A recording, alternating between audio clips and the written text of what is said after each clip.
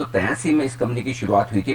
Chemicals, textiles और consumer products बनाने का कारोबार करती है ये कंपनी। सोडा ऐश बनाने वाली और टेक्सटाइल के ऑपरेशन की ये इंटीग्रेटेड कंपनी है और देश में सोडा ऐश बनाने वाली दूसरी सबसे बड़ी उत्पादक है ये कंपनी GHCL। आइए स्वागत करते हैं हमारे साथ कंपनी के एमडी रवि जालान साहब कार्यक्रम में शामिल हो रहे हैं, जो पेशे से सीए हैं, चार्टर्ड अकाउंटेंट है, कॉर्पोरेट वर्ल्ड में 30 सालों से ज्यादा का गहरा अनुभव है और 2002 से लगभग 19 साल हो गए, 20वां साल अब लगने वाला है। 20 सालों से आप GHCL के साथ जुड़े हैं। जालान साहब बहुत बहुत स्वागत है, धन्यवाद जी बिजनेस के लिए समय देने के लिए। सबसे पहले जिस वजह से आपकी कंपनी सुर्खियों में, मैं उसी के लिए बुला रहा हूँ, आपने एक रिस्ट्रक्चरिंग स्कीम अनाउंस की है। जरा पहले ये बताएं कि एक स्कीम पहले भी थी, उसे रद्द किया गया और एक नई स्कीम लाई गई, तो पहले तो ये कारण बताएं कि क्यों आपने पुरानी स्कीम रद्द की, वो बताइए sir. Thank you Anil ji. जैसा आपने राइटली बोला कि हमने आज से करीब 1.5 साल पहले तो जो हमारे डिफरेंट बिजनेसेस हैं, टेक्सटाइल एंड केमिकल, इन दोनों को एक अलग अलग कंपनी में बनाने का, वर्टिकली अलग अलग बिजनेस को अलग अलग कंपनी में ले जाने का डिसीजन लिया था। और उसके बाद अभी रिसेंटली, जैसा आपने राइटली बताया, 6 दिसंबर को हमने अनाउंस किया कि जो हमारे टेक्सटाइल में से जो एक पोर्शन है वो है होम टेक्सटाइल का पोर्शन, उसको हमने बेचने का डिसीजन लिया। और उस डिसीजन आपको सब्जेक्ट टू शेयरहोल्डर्स अप्रूवल, वो हमने जो है इंडोकाउंट जो एक कंपनी है, लार्ज कंपनी है होम टेक्सटाइल पे, उनके साथ बिजनेस ट्रांसफर एग्रीमेंट हमने साइन किया है।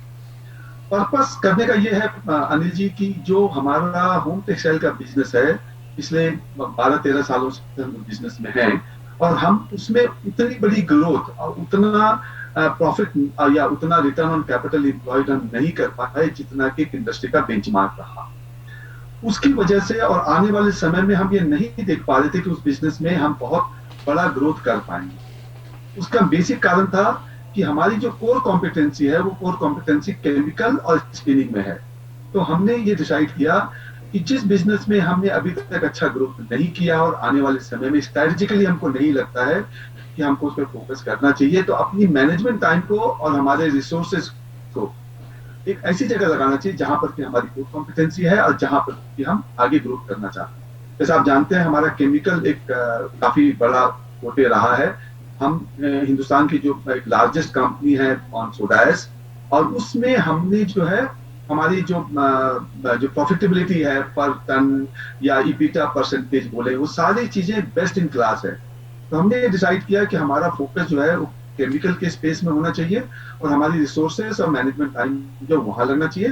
प्लस स्पिनिंग में भी हम एक बेंचमार्क रहे हैं इंडियन इंडस्ट्री में, हमारी मार्जिन वहां पर भी बेस्ट इंडस्ट्री के साथ कंपेयर की जा सकती है। हम इनमें फोकस करें।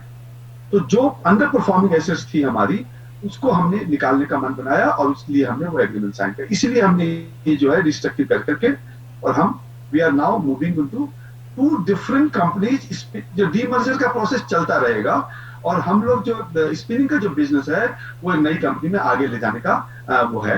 तो 2 कंपनियां हो जाएंगी। एक तरफ केमिकल की कंपनी होगी जिसमें कि हम हमारे मेजर ग्रोथ प्लान है, एक तरफ हम ग्रीनफील्ड प्रोजेक्ट लगा रहे हैं जिसमें कि हमारा जो प्लांट है आज के दिन, उससे करीब हमारी डेली कैपेसिटी हो जाएगी, अब 11 लाख जो है वो करीब उसकी 16 लाख टन हो जाएगी।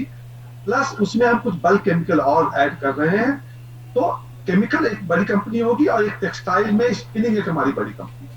तो अब आपकी 2 कंपनियां लिस्टेड रहेगी, राइट? GHCL की 2 कंपनियां हो जाएगी इवेंचुअली, जब आपकी मर्जर को पूरी मंजूरी, डीमर्जर को पूरी मंजूरी मिल जाएगी, सब कुछ अप्रूवल्स आ जाएगी, तो 2 लिस्टेड कंपनियां होगी सर? जी सर। अच्छा, ओके। लगभग 1.5 साल तो लगेगा इस प्रोसेस में? नहीं, हमारा जो टारगेट है अनिल जी वो करीब करीब सितंबर 2022 तक में जो है अभी दोनों कंपनियां जो है वो अलग अलग लिस्ट हो गए सर।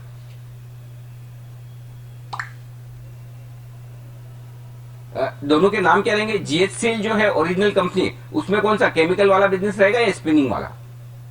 उसमें केमिकल का बिजनेस रहेगा अनिल जी, और जो GHCL टेक्सटाइल बोलकर हमने नई कंपनी बनाई है उसमें स्पिनिंग का बिजनेस चला गया। अच्छा, समझिए, अगर मैं GHCL का शेयर होल्डर हूँ, ठीक है, तो मेरे लिए कुछ फर्क पड़ता है कि अगर मेरे पास 100 शेयर है तो दोनों कंपनियों के 100 शेयर मेरे पास हो जाएंगे, कुछ फर्क पड़ेगा? नहीं देखिए, इन टर्म्स ऑफ जो राइटली सेड कि आपके पास दोनों कंपनियों के 100 शेयर हो जाएंगे। जो जीएससीएल जो केमिकल बिजनेस है उसकी जो फेस वैल्यू होगी वो 10 रुपए की होगी, और जो टेक्सटाइल का जो बिजनेस होगा उसमें उसकी फेस वैल्यू 2 रुपए होगी। इन अच्छा, terms of value unlocking Anil ji definitely होनी चाहिए मेरे हिसाब से, बिकॉज दोनों बिजनेस की जो ग्रोथ एरिया है, दोनों बिजनेस का जो फोकस है, दोनों बिजनेस में आगे आने वाले समय में पार्टनरशिप, जॉइंट वेंचर, ये सारी पॉसिबिलिटी दोनों बिजनेसेस में, डिफरेंट टीम, डिफरेंट कॉम्पिटेंसी, वो सारी दोनों कंपनियों में होंगी। तो इससे एक अच्छी खासी वैल्यू अनलॉकिंग होनी चाहिए शेयर होल्डर्स को। तो कोई ऐसा कोई लॉस मेकिंग या ज्यादा प्रॉफिटेबल बिजनेस नहीं है, उसे बंद कर रहे हैं, अलग कर रहे हैं, ऐसा भी कुछ है? नहीं, कोई भी बिजनेस हम बंद नहीं कर रहे हैं अनिल जी। जैसे मैंने आपको बताया, स्पिनिंग में बहुत अच्छा प्रॉफिटेबल बिजनेस है हमारा, और केमिकल तो है ही हमारा प्रॉफिटेबल बिजनेस, तो कोई बिजनेस बंद नहीं हो रहा है। जो हमारा होम टेक्सटाइल का बिजनेस है वो बिजनेस हम बेच रहे हैं, उसकी टोटल जो वैल्यू हमको जो आएगी वो करीब 600 करोड़ रुपए आएगी। वो 600 करोड़ रुपए को हम डिप्लॉय करेंगे इन केमिकल के बिजनेस के ग्रोथ अपॉर्चुनिटी। अच्छा, होम फर्निशिंग के this will also create a value unlocking. हाँ, वो आप इंडोकाउंट को जो बेच रहे हैं, राइट सर? जी। तो वो 600 करोड़ आपके केमिकल में जाएंगे, स्पिनिंग में नहीं? नहीं, वो अभी चूंकि ये बिजनेस ज्वाइंट है, तो ये 600 करोड़ का जब मार्च में एंड में या अप्रैल में आएंगे तो इसी कंपनी में आएंगे जो अभी कंपनी है। और स्प्लिट करते समय में जो टेक्सटाइल की जो कंपनी है वो कंपनी में बहुत लेस डेट के साथ जो है उस कंपनी को हम लेके जाएंगे, जिससे कि उसमें आगे की ग्रोथ की जर्नी बनी रहे। परफेक्ट। 600 करोड़ प्राइमरली जो यूज होगा वो that will be more mainly for the chemical. अच्छा, तो ये आपके लिए पूरी स्ट्रक्चरिंग मुझे समझ में आ गई। अब सर बताएं कि आगे फिर ग्रोथ को लेके क्या प्लान है आपके दोनों ही, टेक्सटाइल जो स्पिनिंग वाला बिजनेस है और केमिकल वाला बिजनेस है, कहाँ किस तरह का आपका फोकस रहेगा मैनेजमेंट का, ये बताइए सर।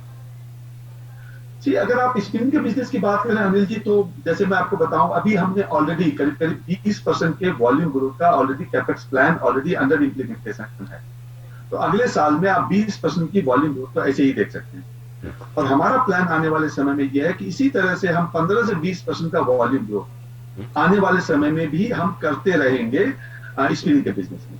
अच्छा। और उसके साथ साथ जो दो चीजें और हम इंपॉर्टेंट कर रहे हैं वहां पे, एक तो पहला हम वहां पर ग्रीन एनर्जी पे अभी हमने 10 मेगावाट का एक सोलर का इन्वेस्टमेंट किया है, और उसमें दूसरा इन्वेस्टमेंट ऑलरेडी अंडर इम्प्लीमेंटेशन है 10 मेगावाट।